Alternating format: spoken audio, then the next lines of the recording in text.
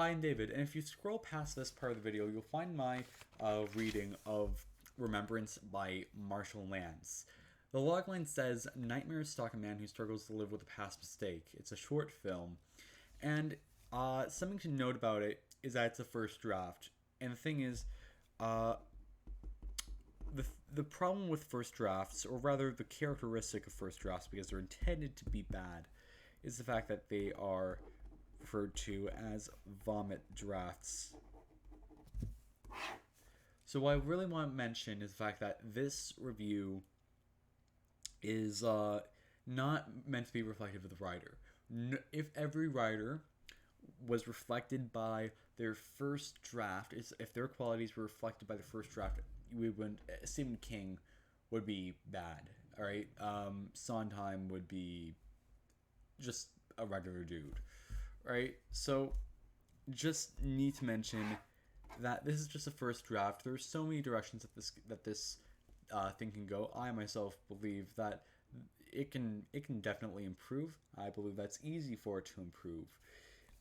Next, something I should mention. Next, I'm gonna go through the 6 characteristics rating system that you'd be familiar with on Coverfly X. Now, when we are going to talk about the characters, now, arguably, this can be seen as the number one thing in every film, because there are things that separate a narrative from a plot from a story, and the good stories are the ones that have a good character in the situation that they'll be most interesting in, or a very interesting situation that has a very interesting character for it.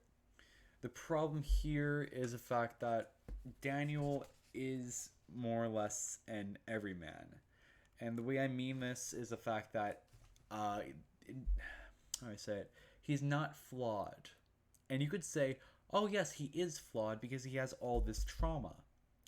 Well, that's the problem, because a flaw is not something where it's not their fault, or something that the audience disagrees with. If we look at Sweeney Todd, for example, Sweeney Todd's flaw is the fact that he kills people. We don't blame him for the fact that he's insane. We blame him for the fact that he's killing people. He's doing something bad, right? And so by the end, spoiler alert, when he ends up finding out that he accidentally killed his own wife and then proceeds to, die, that is a narrative punishment for his actions of just killing random people. So that's one thing that we have to note when it comes to Daniel, and it's that he doesn't have a flaw. As for Casey seems to be a very one-dimensional character and is only there serving as a mentor and giving advice on how to get past these nightmares. So really, I'm sorry, but the characters will have to be about a 1 out of 5. The concept is not clear. What I do know, what I gather from, well, I've read it, so what I gather from this is the fact that it's this person that's being tormented in his dreams by this figure, and this figure is also just standing around in real life. Though, when reading it, I'm sure that, the real life scenes with this figure are him having a continued nightmare, not necessarily, could be related to the fact that he doesn't sleep much. Just little hallucinations, nothing real. But the problem is that the concept is really just a metaphor. The monster is just a metaphor for something that we really do see here. It's very overt. There's no hiding, not necessarily hiding anything. There's nothing. I'm sorry, I hate to use this word. There's nothing special about the fact that you're using this figure, this monster, to represent this character's past. So 1 out of 5. I am sorry. Now, next theme. While it is, I will say that this part was like a little happy moment. The problem was that it came soon. Oh, no, sorry. The problem was that it came as expected. And what I mean by this is, let's analyze a scene, right? We're going to analyze a scene and how we can chain these scenes together to make a story. So we're going to have a character come into this scene with an intention. And the scene is just going to be this little bubble, right? And there are two ways that this scene can exit. It can exit this way, or it can exit this way. So it can exit this way where the intention is achieved, or it can exit this way where it is not achieved. And that's the end of the story. Okay? Now the problem, and I should mention that this intention is not the overall intention of the story. This is not the mode of the character. This is just the intention for the scene. This is Dorothy walking down the yellow brick road, right? This is not Dorothy trying to get to the Wizard of Oz. So let's just divide our scene here. You have setup, you have Act 2, and you have Act 3. The very important thing with a scene and scene structure is the fact that, well, number one, you have setup, Act 2, and Act 3. But what's more important than that is the fact that the outcome is that the character's intention is not necessarily achieved, but not necessarily not achieved either. This is how you continue the story along. So let's say if you have a bank heist, you have this group of people that they're going in, they're taking this money. Well, what you don't want to do as a writer is have them get all the money and get out of there, because that means that you have they've achieved their goal. But you don't want them to get all caught by the police and sent to jail, because that's when their goal is not achieved. What you have to go is just go for a different route. And the thing is, the more unexpected the route, the better. That, as a general rule, the more unexpected the route, the better the story is to the audience. So what you want is, I don't know, some of them get caught, some of them make off with the money, but now it's become this whole new thing where in the next scenes they're trying to break these guys out, right? So that's what you want to do, and that's not what you're doing here, especially when nothing really happens that stops him from getting to take off the towel from the monster's head. That's just a series of events. It's nothing that we can learn about ourselves from. There's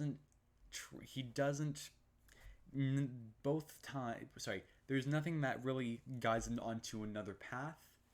It's only that he relives a trauma, right?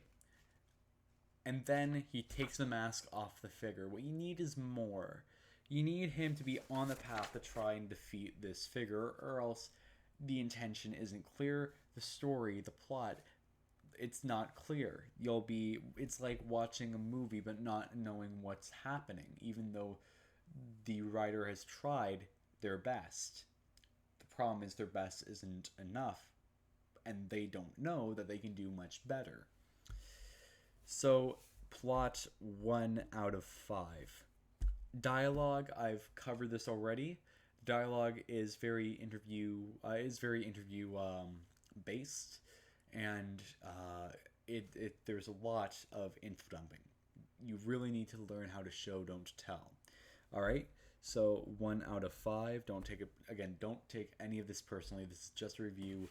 This is not a review of you. This is a review of the script. All right. Now theme. Now this is where it gets not necessarily complicated, but this is where You think you headed in the right direction, but you didn't, right? And this is a very easy fix, but right now I'm going to have to put out 1 out of 5. And the reason why is because when we're talking about trauma, when we're talking about traumatic events and the emotional toll that come with them, it's important to note that trauma cannot be solved. Trauma is not something where you can just take the towel off of a monster. Trauma is something that you have to cooperate with. You can't untangle the Christmas lights because trauma is when someone took a lighter and melted parts of the plastic together. So what do you do? What do you do with this bundle of trauma? You put it at the top of the Christmas tree, and it's no longer a set of lights. Instead, it's a Christmas star. It's a tree star. It's a Christmas star. So that's what you have to do here. The theme, you were going not necessarily in the right track, but you were going in the right direction. The problem was the ending. And how do you solve that ending? How? Because you don't want him to be defeated by this monster, but you also don't want to have him defeat the monster. What you want to do is do the scene structure, what I've just demonstrated before. You want him to go in a direction that the audience is not going to really suspect. So if you want to go for the logical step in cooperating with trauma, why not have it be that they sit down in the field and look at the sunset? Or maybe it's the beach. Maybe they sit down on the beach and look at the sunset, right? And it turns out the monster isn't that bad. It sounds very, very flowery and light. But again, you can take this in any direction that you want. It doesn't have to be that. It can be something darker. It can be something even lighter. I'm not entirely... It's not up to me to write this. It's up to you. You are the creator of this story. So because of all these other marks, overview, I'm going to have to give it a 5. Hi, I'm David, and today we're going to be taking a look at a short film titled Remembrance by Marshal Lance. The logline states, "Nightmares stalk a man who struggles to live with a past mistake." Very on point, though I would suggest that the title and logline could do with an upgrade. There's always room to improve. Of course, author's choice. Now, I have my pen ready, I have my notes ready, and I have my microphone ready. Let's just start reading. Interior bathroom. Clean, dark with mirror providing light. A man stares into the sink mirror, casually clad. This is Daniel. Daniel, am I dreaming? A shaving razor appears in Daniel's hand. He studies his eyes in the mirror. He lifts the razor up to his forehead and drags it across slowly and heavily. No blood, impossible. Definitely dreaming. A crying girl is heard through a door behind Daniel. He pretends not to hear it, but is soon pulled towards it. A figure is hidden behind Daniel as he ambles towards the door. He locks it. The wailing stops. Guilt-ridden, he looks up from the lock when the figure wraps its arm around Daniel. A humanoid creature with its entire head wrapped in a pale white towel. Interior bedroom. The eyes belong to Daniel wearing a CPAP mask. He looks around, confused. His body is frozen despite his desperate attempts at movement. The figure appears from the corner of the room. It strides towards Daniel, grasping a knife. Just before it slowly stabs Daniel, it disappears. Daniel whips his hands up to his face and rips off the mask. Okay, so first section, this is a montage, so I'm just going to read this next. But first little section, here's what I have to say. Number 1, there are formatting errors, right? So, for example, up here in your slide line, you always want to have a time, or else, how exactly am I supposed to visualize it? So, always have a time. You've removed it for these 2 interior scenes, but they are supposed to be there for all scenes, whether or not they are exterior or interior or both, like with a car. Next, let's just look at this logline. Clean, dark with mirror providing light. Remove that. Remove that. What that is doing is that you are directing the director. that's more or less what it is. So this is what you're doing here is that you are directing how the scene should look. Over here, a man stares into the sink mirror, casually clad. Remove this, because that's not going to be plot relevant. This is Daniel. Daniel, am I dreaming? A shaving razor appears in Daniel's hand. He steadies his eyes in the mirror. He lifts the razor up to his forehead and drags it across slowly and heavily. No blood, impossible. Daniel, voiceover, definitely dreaming. A crying girl is heard through a door behind Daniel. He pretends not to hear it, but is soon pulled towards it. Okay, now let's look through here. A shaving razor appears in Daniel's hand. He steadies his eyes in the mirror. He lifts the razor up to his forehead and drags it across slowly and heavily. Now, slowly, heavily. Remove that. Now, you might notice a theme when it comes to the script, and that is overwriting. And you might be wondering, okay, how do I know whether or not I've overwritten an action line? It's very simple. All I have to do is just look at if there's an adverb. That's one example. So just ask yourself this question. Does my script have an adverb? Because if it does, that means that you are overwriting. Of course, if it has to do with a character action, that's when, instead of using an adverb, what you need to do is that you need to just describe the motion through the motion itself. So don't do slowly, and don't say he lifts the razor up to his forehead and cuts it across slowly and heavily. He lifts the razor up to his forehead and drags it across. That works much better. You've already described how he's cutting his forehead. You don't have to describe how he's doing it by how he's doing it. It's just doing the same thing again. You don't need to do that.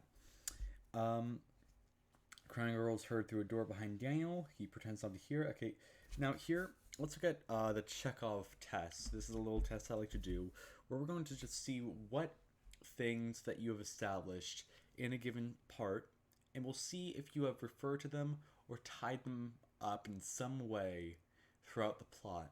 Okay, so crying girl. So I'm just gonna write Chekhov. We have a crying girl. What else? Pretends not to hear it, but is soon pulled towards it. He pretends not to hear it, but is soon pulled towards it. Okay.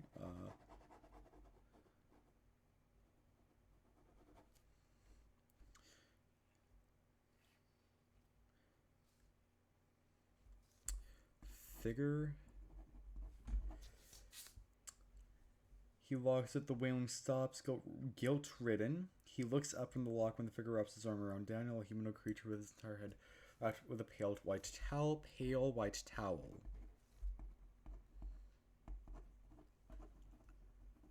Now, as we go on through the script, I'm just going to add whatever you establish and cross out whatever you have, whatever you have tied off, we'll say.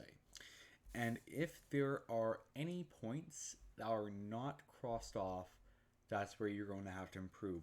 Also, I'm noticing, because the first time I read this action line, it took me a while to realize, oh, the figure behind Daniel didn't just appear out of nowhere.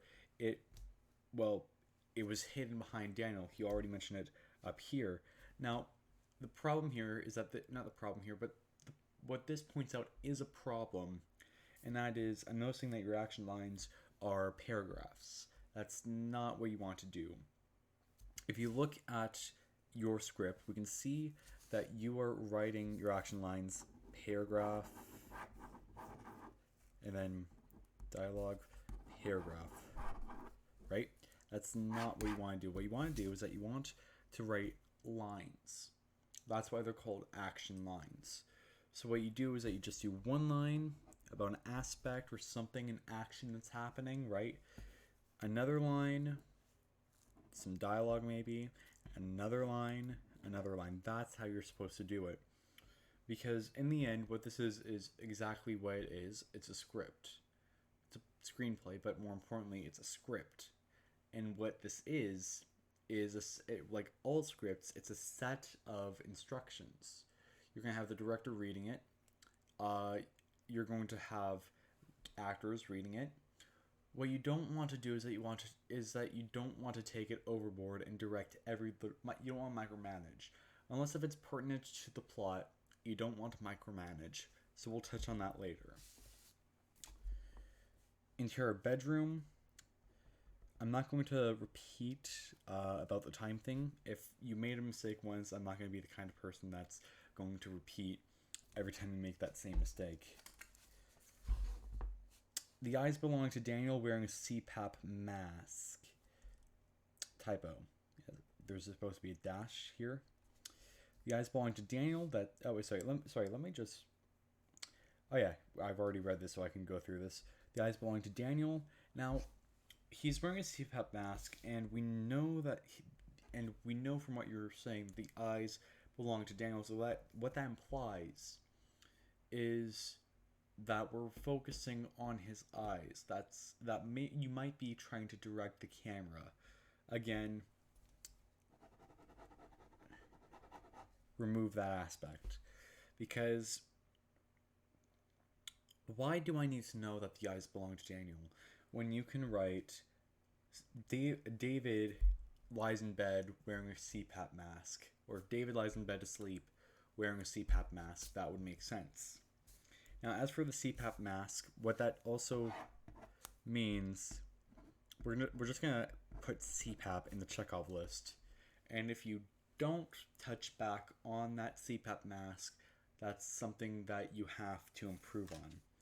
And also, I should clarify, when it comes to Chekhov's gun, the solution is very simple.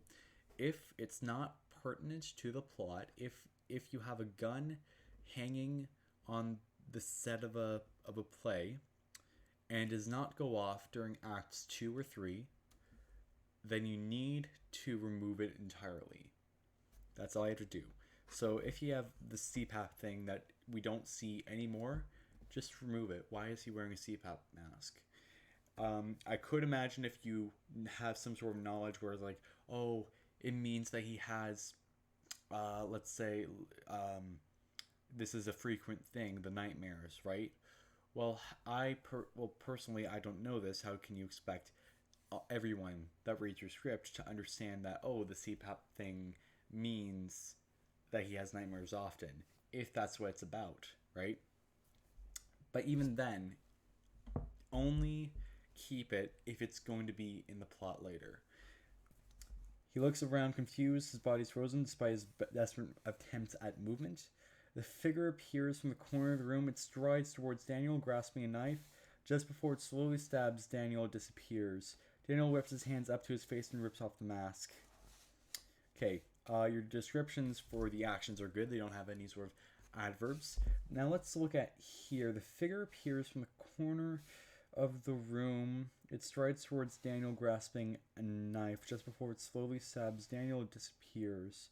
So here is something that you need to actually write on. This is a bit of underwriting. Just before it slowly stabs Daniel, it disappears. So what this implies is that the creature, before disappearing, raised the knife and began slowly lowering it, or something like that. I'm not entirely sure.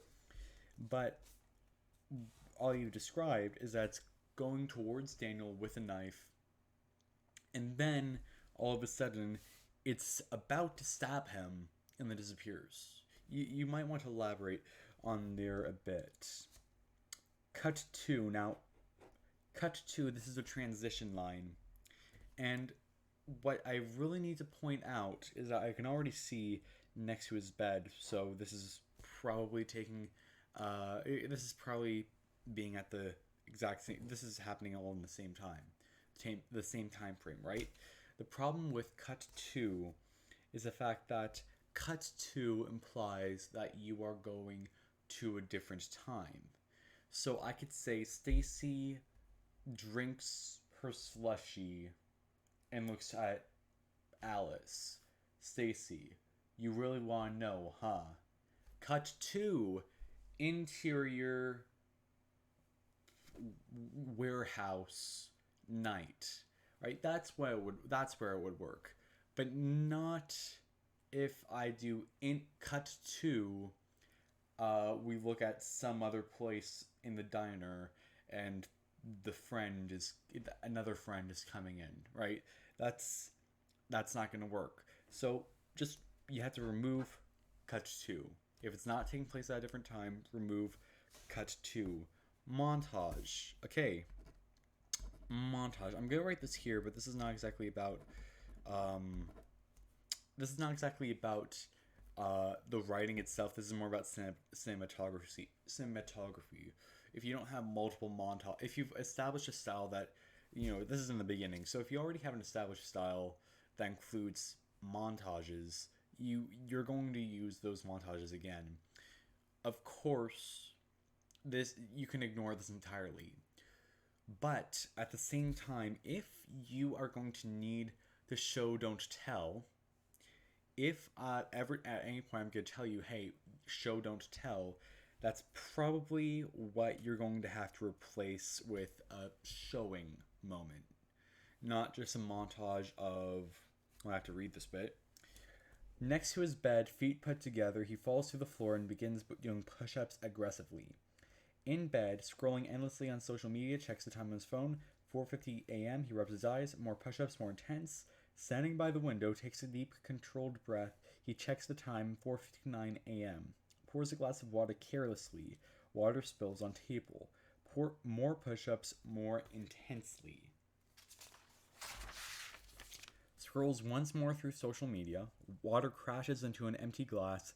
Standing by the window, sunlight kisses his skin. He rubs his eyes heavily. Water poured into glass. He accidentally knocks it over. Water rushes over the table. And a montage. Now, quick thing here. I'm going to analyze this montage. Number 1, next to his bed, feet put together. He falls to the floor and begins doing his push-ups aggressively. You don't need to do this. If he's going to do push-ups, then the reader / the audience already, and the actor and anyone already knows that his feet are together. In bed, scrolling endlessly on social media. Endlessly, adverb, alert, right? I'm just gonna, you know what that means, overriding. I'm just gonna say adverb alert. Checks the time on his phone, 4:50 a.m. He rubs his eyes.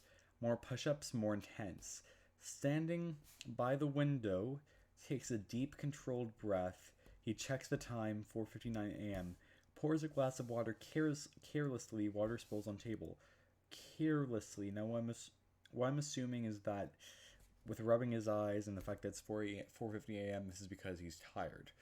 So, again, number 1, adverb alert. Number 2, I'm not telling you how to write your thing, but I'm just saying if you're trying to imply that he's pouring the glass of water because he's tired, you need to make that a bit more clear, because carelessly, that's like, oh, I'm just going to pour this water. I don't care if it's going to pour on the table. So just a quick note there. Water spills on table. More push-ups, more intensely. Adverb alert. Though you could easily just replace this with intensity, which I assume you meant, but it could have been the software or something going wrong. Now, next. Scrolls once more through social media. Okay. Water crashes into an empty glass. Standing by the window, sunlight kisses his skin, rubs his eyes heavily. Adverb alert.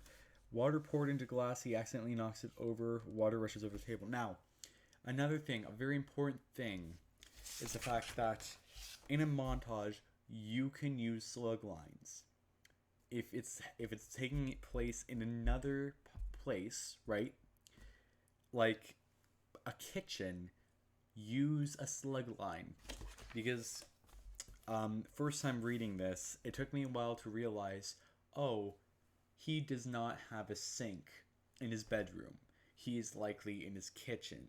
So please, when you're in this montage, you absolutely need to use a kitchen slug line. The point is, you're able to use slug lines in montages. That's what I have to tell you. Exterior field midday, lush, sunny. Daniel strolls alongside a man similar age, clean attire. This is Casey. Clean attire. Don't describe how her character looks unless if it's pertinent to the story. Now, how can we... Now, if you... How do I say it?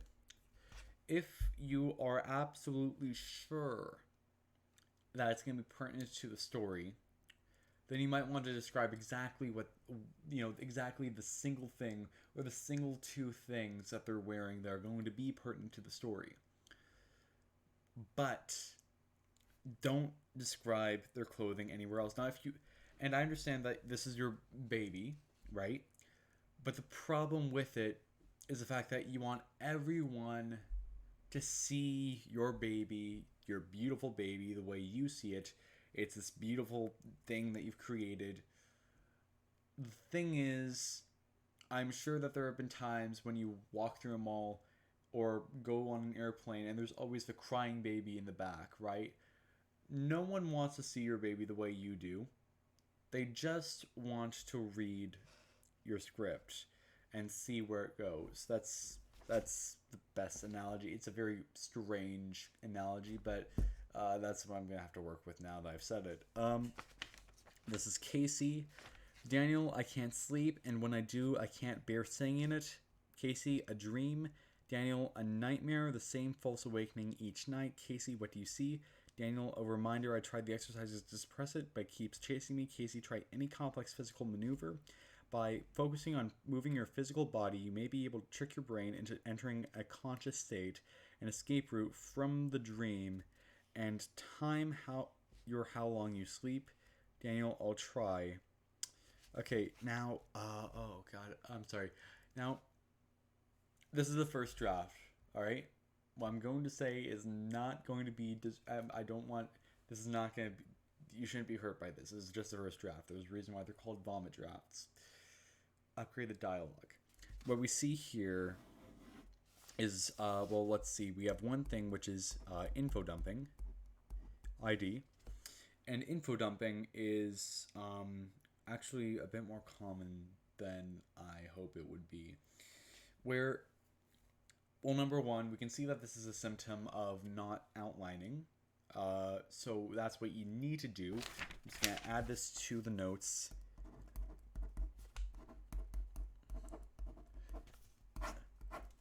Outline. This is the single... You see me? Yeah, this is the single best thing that you can possibly do. You need to outline. There, now I got your attention. You need to outline. And you might be the kind of writer that doesn't need to outline, right? If you're one of those very few writers. But even those very few writers are going to write their first draft, their second draft, maybe even get to their third draft. But then that's when they'll think, okay, I have a lot of ideas by this point. I need to write them out and organize them. I need to outline them. So info dumping, that's a symptom of not having an outline. But what's also more important here is the fact that you are going for, ID again, interview dialogue. Interview dialogue, where it's basically one character is more or less designated to asking questions, and another character is designated, usually the protagonist or someone else, could be anyone, is designated to answering those questions in order to get information out to the audience. Now, a couple of spelling errors. I'm not going to correct all of them. By the time that you start rewriting your draft, you're going to actually go through all of them, so you won't need me to really go through each and every one of them. And another one, show, don't tell. Do not tell. What you're doing here is that you've already established that, well, number one, you've already established they can't really sleep. You've already established that Daniel has a nightmare. But you also mentioned it's the same false awakening each night. Same false awakening each night. Now, this is where you have to get creative as a writer. And you don't want the character to say this. You want, because what what I'm assuming by this piece of text is that they already have these little meetings, right? So it would not make sense for this character to repeat this kind of thing to someone that they're already having these conversations with regularly. Um, so when it comes to this, you really need to try and show don't tell it. Now, what does show don't tell that means? That means that you need to present uh, a fact or something to the audience, and if let me just try and think of an example.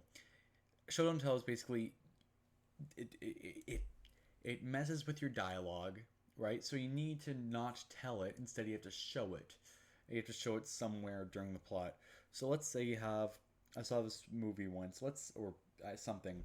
Let's say you have a failing relationship, right? Well, here's what, and you don't want any characters to actually tell it, right? All you want them to say is what's pertinent to the plot. So what you say instead, what you do instead is have a small scene, we'll say, where they're in an elevator. The husband, wife, whatever, right? You have the couple in an elevator. Then on one floor, hot person comes in, right? One of them looks down to the hot person, but the other one just steps to the side.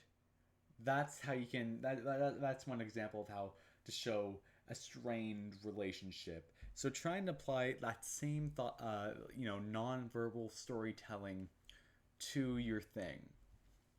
Okay, so a reminder: I tried the exercises to suppress it, but keeps chasing me. Now, again, a dream, a nightmare.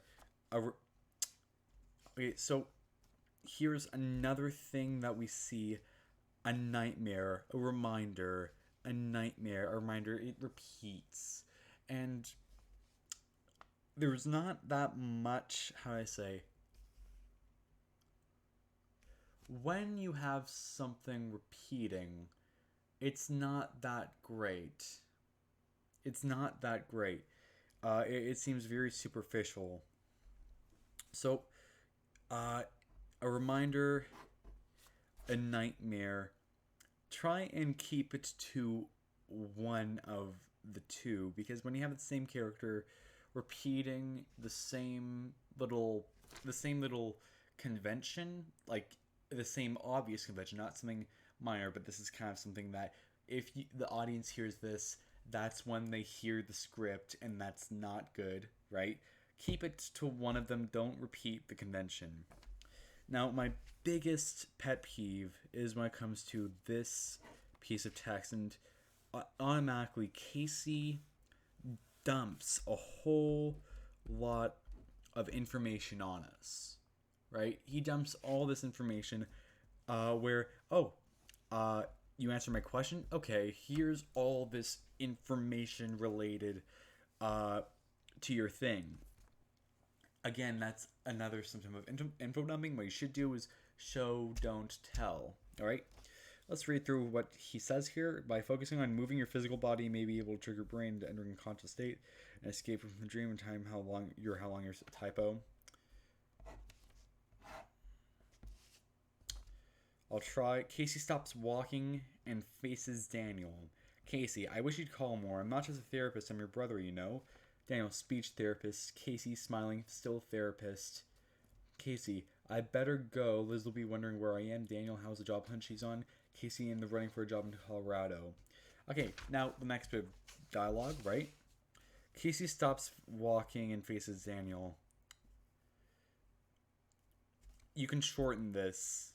Instead of doing this, you can do Casey stop. They stop and face each other. Wait, no, Daniel is still moving along. You didn't tell Daniel to stop. Right? So what you need to do is something like they stop and face each other.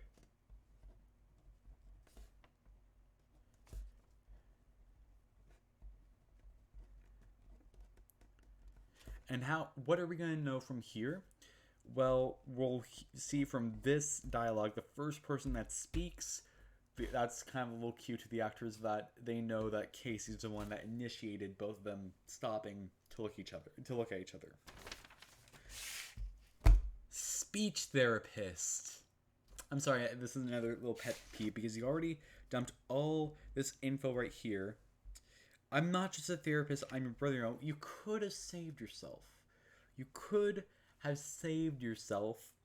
But then it turns out he's not really the therapist that would say this information. He is a speech therapist, and that's when you kind of shot yourself in the foot.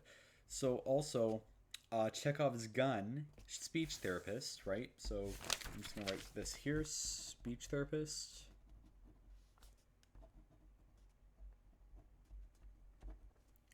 There. Casey, smiling, still a therapist. Remove the smiling. And then it's Casey going again. Now here's the problem. When you have a character saying dialogue, and then that same character saying dialogue, what that means is that usually in between those two pieces of dialogue, there's an action line. And then you have something like continued. Yeah, you have continued afterwards. Thing is, you don't have any action line here. You don't have any action line here, right? So, I can't imagine, because you have these errors everywhere that I see aren't caused by lazy typing, but they are caused by selecting and backspacing parts of your text. So I'm assuming that's what happened here. I'm assuming that you had an action line here that you just wiped away but forgot to conjoin these two things, right? But if that is not the case, and if you want to continue without that action line, which I'm assuming that you want to do, what you want to do is conjoin the two and also remove the smiling. If you have him smiling in this one and not smiling in this one, that's not correct formatting. As for the smiling, that's directing the actors. Just have to mention that. Daniel, how's the job hunt she's on? Casey, in the running for a job in Colorado. Okay, so Colorado job. Okay, let's go on. Daniel hides his shock and injects a hint of false wonderment into his response. Now, here's the thing. Ironically, this is the kind of thing they can just fit into a parentheses, right? But also the fact that this is not something that you should have in here. It's directing it. This is directing the actor, right?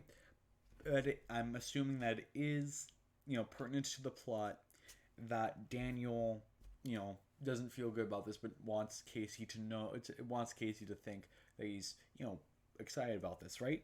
So that's the kind of thing where you have to just put a little parentheses here that says, it's not sarcastically, but think about, what I'm talking. You'll find a word for it. Next, Casey only a state over. Casey begins walking away. Begins. Another thing, when it comes to overwriting slash directing, what you want to do is you also want to refrain from begins. When we look at begins, what that means is they're going to start doing an action, but then they'll stop because of something. So the thing is, that's completely unnecessary. You can have something like Casey walks away, Daniel throws his voice. That works.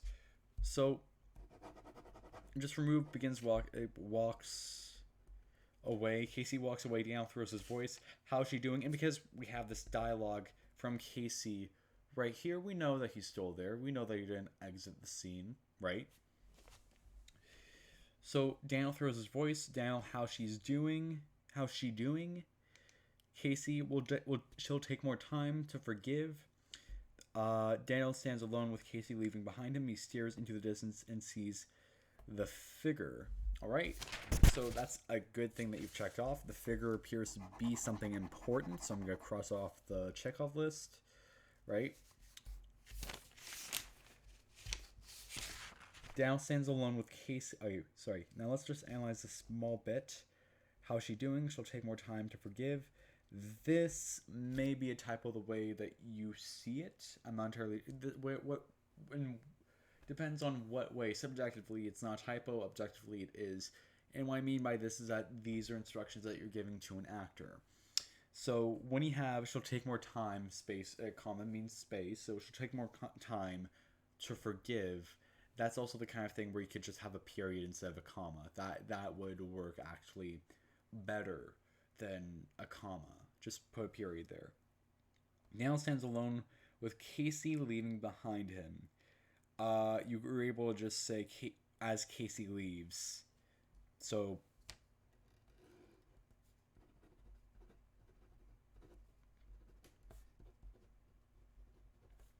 he stares into the distance and sees the figure. Okay, I like how you capitalize this. Keep that, I guess. Interior bedroom night. Standing next to the bed, Daniel gulps down a few pills with a glass of water. He climbs into bed sluggishly, phone in hand. His finger rests on the stopwatch start button. He closes his eyes, and the phone slips out of his hand as he enters sleep. The stopwatch begins. Okay, I'm sorry. Let's just look at something that you really left out. The CPAP. Number one, where's the CPAP thing? Right? Number two, what about the nightmares? Sorry, wait, no, not that specific, but can't sleep, right? Because that's not a good sign. That's kind of a plot hole. But what's very important is that your story just contradicted itself. In this scene, he has a CPAP machine on his face, but in this scene, and also it's established in this scene that he has trouble sleeping because of the nightmares. But in this scene, all of a sudden, like magic, he sets a timer on his phone and then falls asleep almost immediately. You broke your own thing. Also, wait, what was it? Frost on the stopwatch start button. He closes his eyes and the phone slips out of his hand as he enters sleep. The stopwatch begins. How can this be achieved? Oh no, I can imagine. Sorry, never mind. Never mind the crossing out. I just realized how that can be achieved. It's one of those things where if you take the finger off the button, that's when it starts. I can imagine that. So forget that note. But what's more important is the fact that another thing on the Chekhov list is timing. What is this going to do with the plot? Okay. So exterior. So this is a big thing that you really need to fix. The fact that he falls asleep immediately isn't great. Also, standing next to it sluggishly, adverb alert. Phone in hand, his finger rests on the stopwatch button. He closes his eyes and phones his eyes. Okay. Exterior beach, Daniel's dream. Typo. Busy with people, sunny. Daniel's toes play with sand on the clean white sand. Typo. Well, typographical error. This is more of some. Again, this is one of those things where I'm pretty sure that this is because of the software. Up here, though, that's not something that is I can't imagine being caused by software. But either way, sand on the clean white sand. He's on the phone. Now the phone seems to be of some sort of importance here, so I'm just going to do that here. He's on his phone in the morning. He's on his phone in his dream. So what you've done here is that you've established that the phone is something important.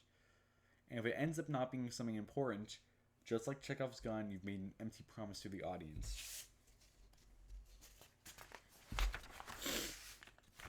Daniel. Okay, he's calling something. He's calling someone. Okay, that's when you have to specify that he is calling someone on the phone. Daniel, no, I can't right now. I'm watching Annie. How about tonight? I'll come over and watch some shitty TV. Cut to Daniel hangs up and looks behind him. He pauses for him. Oh, that's remove that. You have cut to that implies a different time. Daniel hangs up and looks behind him. He pauses for a moment before marching towards a towel. He searches left and right. Annie? Waves crash near the shore. Okay, so immediately we kind of see the fact that he does have trauma associated with him. But towards a towel. Alright, so that's a good thing. I'm just going to do a little check mark of the fact that you've referred back to the pale white towel. Right? Now, yeah, that's basically it. I'm watching Annie. I'm not, again, show don't tell, but this might be one of those few exceptions. I'm not entirely sure. Interior bathroom morning, Daniel's dream. Daniel turns off the tap and places his toothbrush in a cup. Rubbing his eyes, he walks into the bedroom, stunned at the sight of Casey by the window. Okay, so just a second. I want us to just look at the fact that how do you transition from he loses the kid. Yeah, he loses the kid and at the beach, and then he's brushing his teeth. And then Casey's in his room, I guess. Yeah, in his room. Just also slugline. This is what you've done here is that you made take place in the bathroom, even though he walks into the bedroom. Stunned at the sight of Casey by the window. Casey, she was so excited that day. See, and you couldn't do the one thing we asked you. 5 months we didn't know if she was alive. 3 months of her waking up to a nightmare and thinking why we weren't there as she was. I have to live knowing we failed her, and Elizabeth has to live with my lie. Tell her I know she was dead first. Okay, so in this one, this is a dream, so I'm assuming that there could be a bit of a leverage here. I'm imagining that he's just continuing to look out the window and go like, she was so excited that day. Just looking out the window as Daniel's like, staring at him stunned. But she was so excited that day and he couldn't do the one thing we asked. 5 months we didn't know if she was alive. 3 months before waking up to a nightmare and thinking why we weren't there. She was. So clearly this asserts that she was kidnapped. And you might be wondering, why am I adding this to the Chekhov list? Well, that's something that I should really talk about. And it's the fact that this is asserted after we're shown that she has disappeared. The best way to solve, and if you don't refer back to the fact that she was kidnapped and not, carried by the waves away from here, right?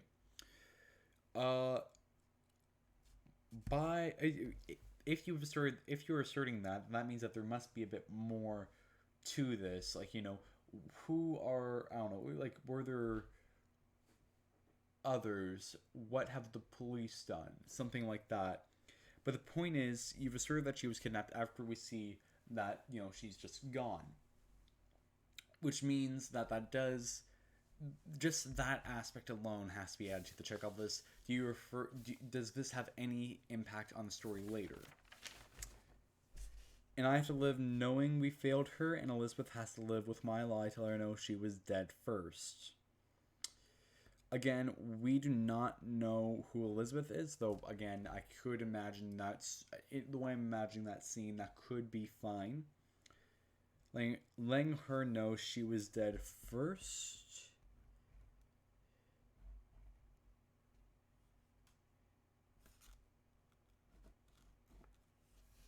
Elizabeth has to live with my lie to let her know she was dead first. So, let's go through some things. Number one, how does he know that it was 3 months? Number two, letting who know that who was dead first.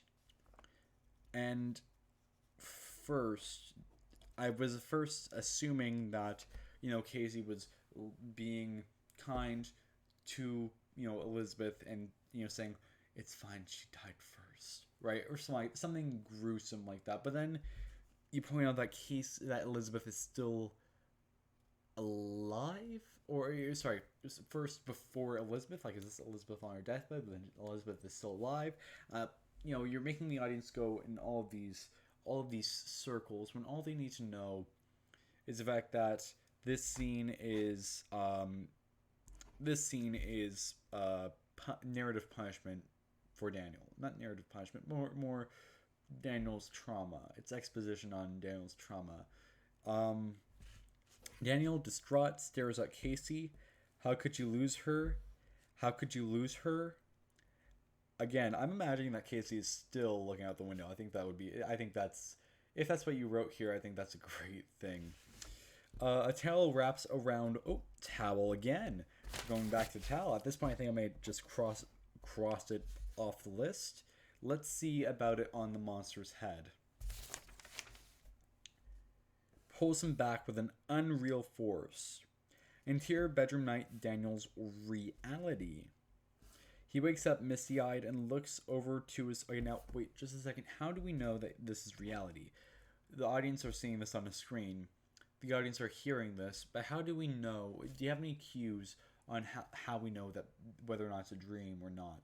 Because after all, you mentioned back here that's the same false awakening each night. Well, how do we know that he's actually awake or still asleep? You've specified it here, which means that, yeah, you shouldn't... If this is what you're doing where it's actually a dream, but you wrote on the slugline that's reality to trick the reader, you can't do that. Wherever you do not do that. But also, you might want to make sure that we as the audience know that he is not in a dream anymore.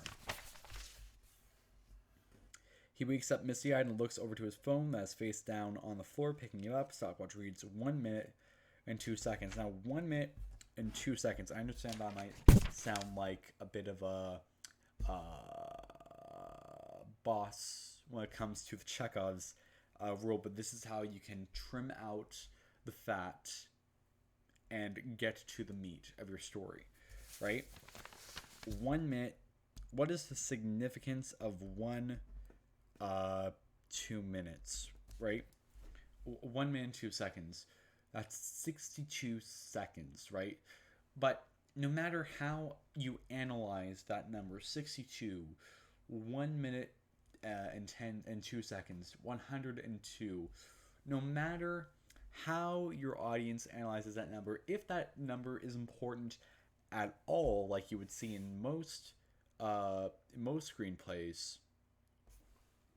how do we know that we should analyze this number in the first place? So maybe you should have had, I don't know, if this number is important, or if you're just adding in there because the watch has to show something, then that means that you should have somehow got the audience to think 102 or 62. That number has importance. It's been 102 days since we lost Annie, or something like that. So how do I say it? So you've kind of crossed out timing, but you've also introduced 100, 102, 62. What symbolism is there behind that? Is that timing of 1 minute, 2 seconds important at all? Sitting up in bed, he calls Casey on his phone. Sitting up in bed, you don't need to do that. Casey, it's late. You alright? So let's just think of an opportunity here. What would happen if he didn't answer? What would David do then? I don't exactly like where this script is going. So just think about, different opportunities that could be taken at each point. Daniel, yeah, I'm fine. You free tomorrow? Casey, of course, let's talk tomorrow. No, Daniel, no, I had something else in mind. Now, quickly, I need to mention the fact that you can take this entire thing out of your script. It has, if, because think of this. Let's say you have a group of friends in a diner and they decide, okay, let's go to the coffee shop, right? Well, here's what you do not want to do. You do not want to write them saying, hey, let's go to the coffee shop. Because, again, you're not writing something that's completely audio, right?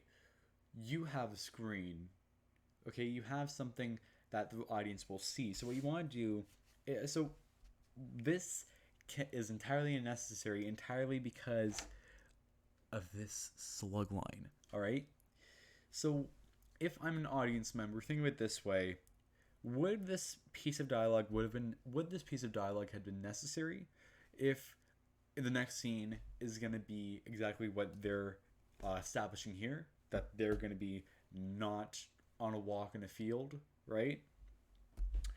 So tennis court, that's another thing we'll add to that list. There's some more room. I'm just going to tennis court. I might not be crossing stuff off the list yet. Let's just see where it goes. Oh, crying girl. Clearly that is Annie. Let's just go on. Montage. Daniel and Casey both walk into the court. I'll go easy on you. Casey swerves and Daniel returns. Daniel serves and Casey misses. Still going easy on me. Daniel acquires his face with count, laughing about.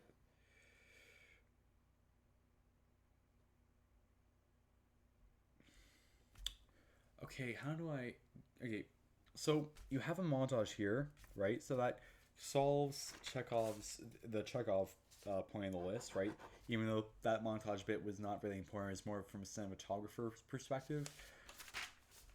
photography perspective.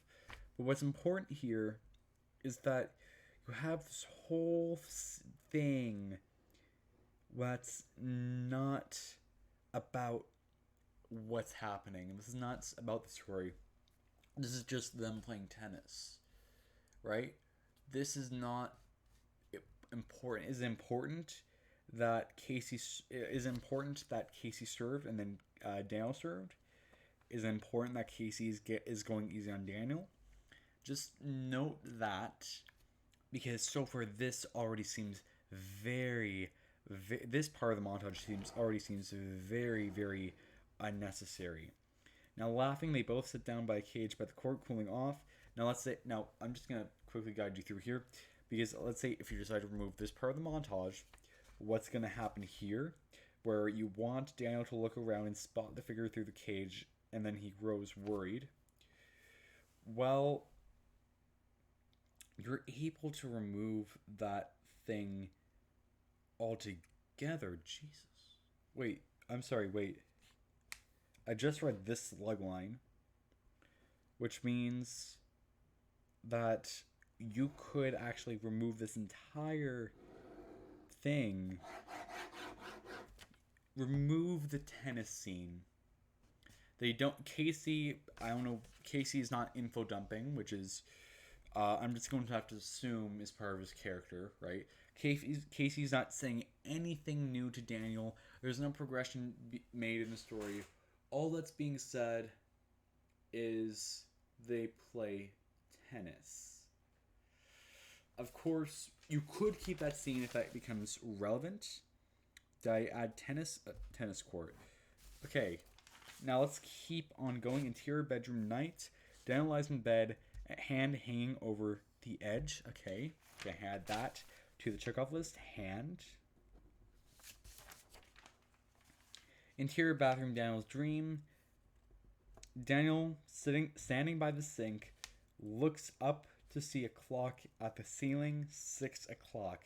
Confused, he looks down at his watch, 3:24.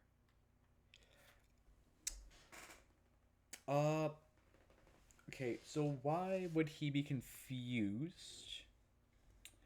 And what is the importance of these timings? Daniel, still dreaming. So you've repeated the same piece of dialogue, but not like you did in the beginning. Instead, it's, two different parts of the story. That's actually good. That's actually a good theming device.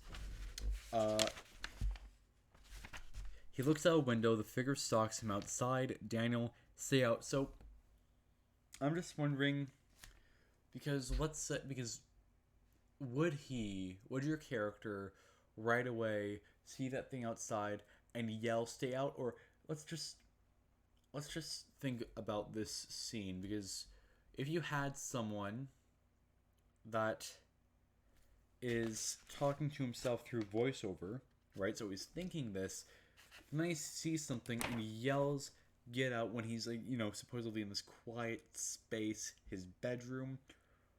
Well, that's when if you want to not excuse this, but if you want to make this make sense, what you want to make sure of is the fact that you have to don't direct, but have it be that the figure does something that prompts him to yell. Because if I were to see this in a film, I immediately would not exactly like that. It doesn't make sense for a character to just yell at something that's standing. But if that thing is walking towards him or something, I don't know, something that causes him to actually panic for a reason, that's the part where it would make sense for him to scream. He blinks, the figure vanishes. Daniel focuses on in the mirror. Maybe try moving. Okay, so now again, this is another thing where his actions don't match what's happening, because the figure vanishes, right? And then he quickly goes over to the mirror and then tries to tell himself to try moving. But the problem with that is the fact that from both his standpoint and the standpoint of the audience, it's entirely possible that this figure is still a threat. It's entirely possible that this figure is going to appear later. This is a dream. And this is also some sort of supernatural figure. So again, improve that, upgrade that. Down turns and takes one step before becoming stuck in place. He struggles but still can't move his feet. The figure is now on the other side of the window. He pauses before trying to escape again. Using every bit of energy left, he pulls his leg. The figure prowls towards him. Interior bedroom night. Daniel's reality. Continuous. Continuous is a director's term. Do not use that if you are not directing this. His finger twitches slightly. So, okay, Chekhov's list. Real movements.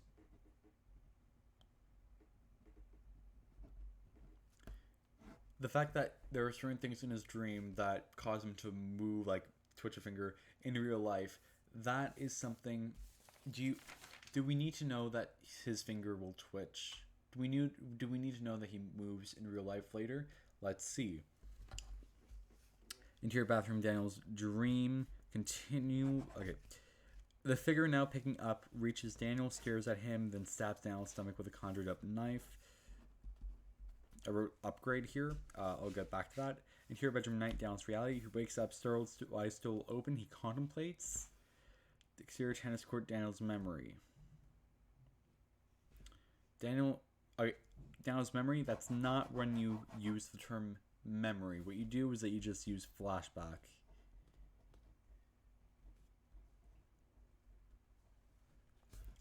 Daniel and Casey sit by the cage. Casey, how are you sleeping? Daniel shakes his head. Okay, I'm going to save this for later. Instead, I'm going to analyze what happens here. Daniel turns and makes one step. That's a sign that you're directing the audience, right? Before becoming stuck in place. He struggles but still can't move his feet. The figure is now on the other side of the window. He pauses before trying to escape again. Let's be a bit more specific. He pauses before trying to move his feet again, right?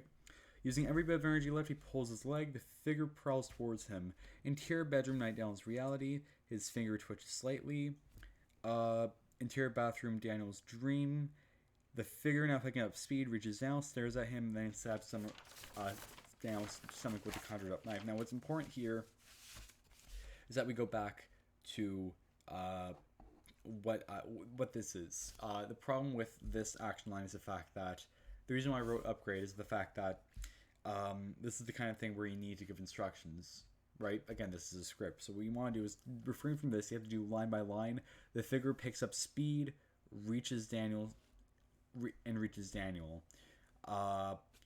Then stares at him.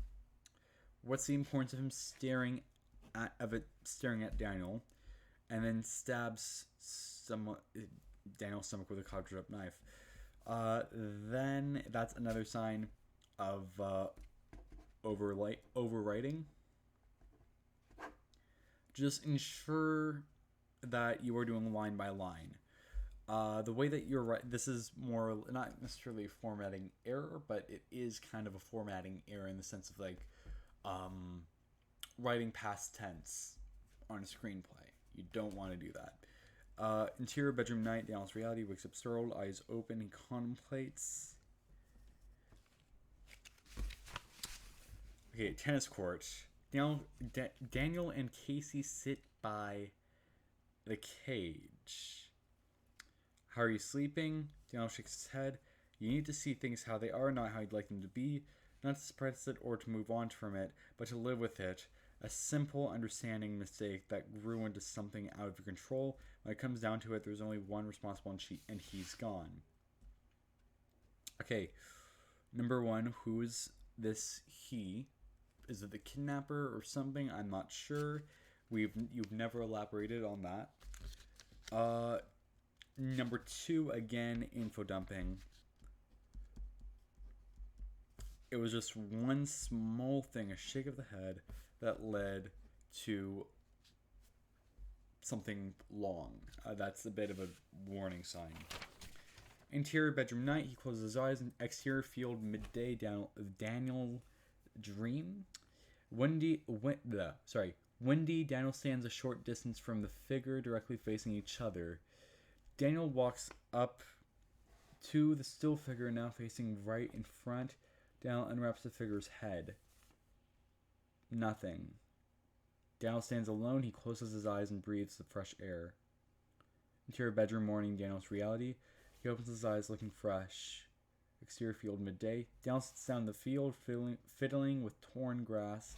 Casey walks by and sits beside him, looking fresh. Any nightmares? Not anymore.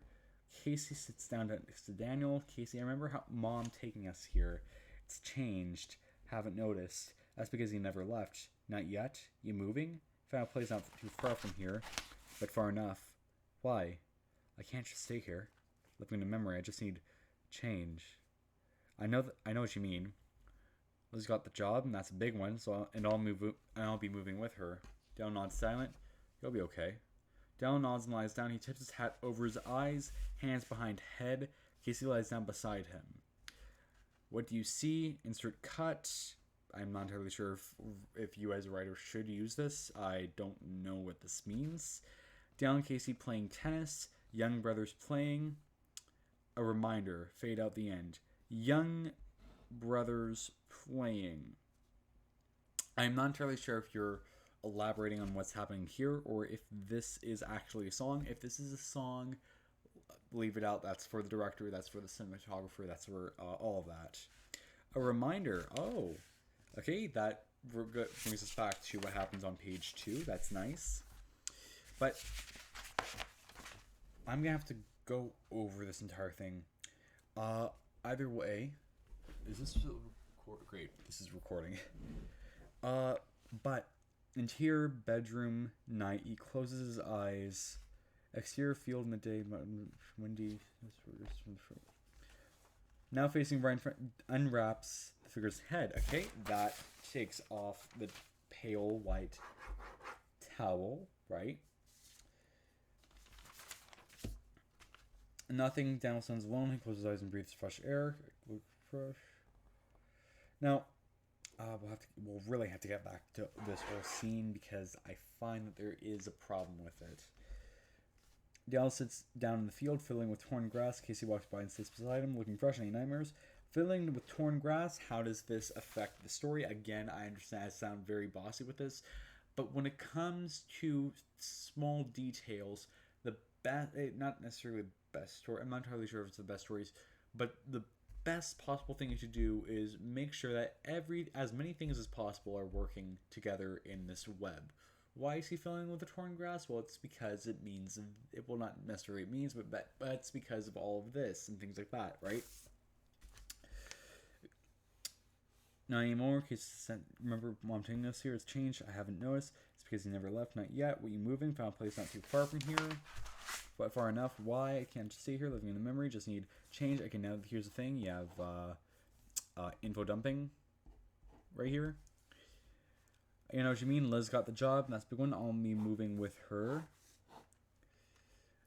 No, it's silent. You'll be okay. Okay, now that's the problem. So you've gone back to the Colorado thing right here. But the problem is I can't cross that out. I'm going to actually have to square it. And the reason why I mean this is because when you're talking about when we're talking about Chekhov's gun, we're talking about putting things, tying loose ends or empty promises to the audience. Liz got the job. It's a big win. I'll be moving with her. What does this mean for the plot? How does this change David? How does this contribute to the whole nightmare situation? Down, not silent. You'll be okay. Daniel smiles and lies down. He tips his hat over his eyes, hands behind head. We don't need to know the hands behind head thing. We do need the tips his hat over his eyes, because what do we see? What does he see? That's actually relevant. Now Casey playing tennis. Young brothers playing. A reminder. Fade out. End.